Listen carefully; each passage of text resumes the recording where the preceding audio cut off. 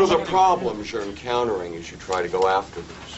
Finding them. It's, you know, the thing said, Commander-in-Chief said yesterday, it's like trying to find a needle in a haystack. The mobile launchers are quite easy to hide. He had more than a few months or 5 months to hide them. He had a couple of years if that's when he, in fact, planned to attack. But we are searching for them, as I said, assiduously, and we hope to find them. Yesterday you were reluctant to say that the United States and the Allies had already achieved air superiority. But today you indicate that the United States does have air superiority. In the vernacular, does that mean the United States and the Allies now own the skies over Iraq? What I said was that we can achieve air superiority in any area that we elect to go into. As I meant to say yesterday, if I didn't make it clear, they have moved their aircraft to the north. So if we go up to the north, we have to encounter those aircraft. They're there. I think we can encounter them, and I think we can defeat them anytime we want to. So I'd say you're somewhere between extensive local air superiority and air superiority. Can I follow that up? Can I follow? When you say they move them to the north, what do they have in the north? Do they have facilities, air bases, or are they just on highways? Mike, that's... They have facilities throughout the country, and I believe they've moved them to the north because we're operating from the south. If we go to the north, then they're going to run out of places to go. Aren't you operating from the north, though, out of Turkey, or is that unsuccessful today? The operations in the north are not unsuccessful. However, they're relatively new, so we haven't established the kind of effort that we have in the south. General, yes, sir. I'm finding a conflict in information. The last couple of days I've heard 80% successful on bombing raids. I keep hearing this figure. Unfortunately, none of us here are seeing that information you're seeing, which tells you it's 80% successful. When can the media, and directly, when can the American people plan to see bomb damage assessment, meaning planes smashed on the ground, bunkers torn up, airfields torn up, supply facilities torn up in unclassified photos, or gun camera, which was shown on CNN? It's not that I hate to say I'm unconfident about it, but unless I can see it firsthand, I'm disinclined to believe both of you. I'm not impugning either one of you. Understand. As was just said about 2 minutes ago, we're having difficulty with the damage assessment because of the weather. When the information is available, we'll make it available to you. Pilots haven't been able to tell you. I mean, when a pilot unloads ordnance, he's going to tell you, I hit it or I didn't. His camera will say, I hit it or I didn't. We've had 3.5 days now. I am making available to you what I have available to me, so You haven't seen anything? You haven't seen those bomb damage assessments? Admiral, could you fill us in, please? I'm just trying to get a handle on this. The difficulty is having the photo in front of you. Bear in mind that what you've seen so far with the precision-guided systems on television allows you to see that. If you're a fast-moving airplane dropping weapons that are free-fall bombs, you don't have that same advantage. Now, not to impugn my fellow compatriots, comrades in arms, but when you are in the excitement of battle with the adrenaline, if I took every report and counted a kill on every report I received, the Iraqi Air Force would have been eliminated a long time ago. My responsibility is to sort that out piece by piece.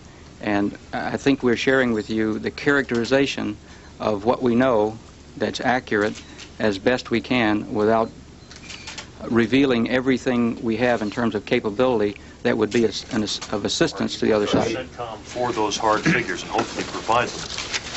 we are asking CENTCOM for data. We are analyzing that data when we get it, and we will make it available when we are authorized to do that. General, General Kelly, we've heard that U.S. and Allied forces have had to retarget sites 3 or 4 times. Is it your understanding that some of the hits have only resulted in very light damage to targets? Again, you're back into the BDA question. We don't have all the answers on it. We do have indications that the attacks have been very successful. Certain targets have been retargeted. I wouldn't want to characterize that as being excessive, but we knew from day one that we would have to go back in there. You know, it's a difficult equation to get all the bombs exactly where you want them, but I would say we've achieved great success. 1 or 2 more. Just let me offer a comment to follow up. If your objective is to get to Baghdad, and there are air defenses between where you're leaving from and Baghdad, you want to suppress those aircraft, for example. So you may damage a runway, but that's temporary damage. So hit the runway, it's out of commission, they can't launch airplanes. You can go do your mission, return safely to your place of origin, As we listen to this news conference, we're going to show you some pictures that were shot from a French Mirage plane, nose cone pictures of the destruction of an ammo dump. We've just received these pictures. Either of you entertain any realistic hope of the possibility that the airstrikes against the Iraqi forces in Kuwait will be so substantial and that the Iraqi army will surrender without a U.S. ground assault? I've never not hoped that. I'm a soldier, you know, and I've done that for a living, and I would hope that we don't have to do it. But as I said yesterday, you must maintain the capability to do it in the final analysis in the event that the air is not successful. We do hope, everybody hopes, that the air will be successful and they'll all surrender, but we don't know that's going to happen. General Kelly, a question about the Republican Guard attacks, which you said you just shifted your focus to. Can you give us any indication of how effective that has been? Do you have any initial reports to give you a sense of how it's going? I'd say that command and control has been affected. There's a lot of units in the field. It's going to take a lot of time to get all of that done. Mike, do you want to add anything to that? Just to note that there have been some secondary explosions, and recall that we're dealing with over 500,000 men dug in the ground that have had 5 months to prepare. So being dug in, it will take some time to dig them out. These pictures shot from a French Mirage fighter. This is an ammunition dump. No, we're saying that there's 500,000 people in the theater. We know what the Republican Guards are. They are obviously a priority target. We're going after them, but they're dug in. They're in armored vehicles, many of them, and so it's pretty tough to get them out, but we think we'll do it. Last question for General. When we came into the briefing, there were air raid signs going off in Jerusalem and Tel Aviv. Has the Pentagon detected any new missile firing? We have not, and we checked that the minute we saw on television that they were going on, and it was not And should an Saddam additional launch. Hussein be pleased with the way his forces have been reacting and fighting, and why not, if not? His forces haven't been doing that much fighting yet. If you're talking about his ground forces, we haven't gone after them. If I were Saddam Hussein, I certainly would not be proud of what my forces have done. General Kelly, thank you all for your questions. Let me just add one other thing in answer to your. Thank you, gentlemen. Let me just add one other thing in answer to the question about why the Iraqis were given a note. The State Department calls these things a démarche today. The reason is that the United States has captured some of the Iraqi POWs by coalition forces. So the statement I've got, what the State Department has put out on this, it says the following: CENTCOM today has announced the capture of Iraqi POWs by coalition forces. The United States and Iraq are parties to the 1949 Geneva Convention relative to the protection of prisoners of war. As such, both nations are obligated to provide humane treatment of POWs in accordance with the Geneva Convention. The Department of State today gave the Iraqi Chargé a diplomatic note informing Iraq that the United States will abide by its obligations under the Geneva Convention and that it expects Iraq to do the same. The United States reminded Iraq of its obligations generally under the laws of armed conflict.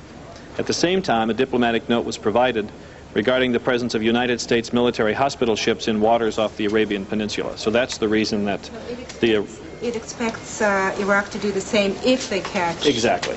And we have no evidence. We have no evidence that they have. One other note here on an earlier thing that I said. I was talking about the fact that under this new level of presidential call-up authority, reservists could be on active duty for a year, and I'm asked just to remind you that that is a year of consecutive service. Can you give us any detail on the incident with the frigate and the U.S. Army helicopter? So, Pentagon spokesman Pete Williams announcing first that U.S. personnel will man the new Patriot anti-missile missiles that are being sent to Israel. This is the first time that has happened. And also announcing that the president has officially signed an order giving him the authority to call up more reserves. We want to go now to Tel Aviv for a quick report on the situation there from Tom Fenton. Tom? Bob, I saw that Galaxy fly in this afternoon with these new model Patriot missiles, and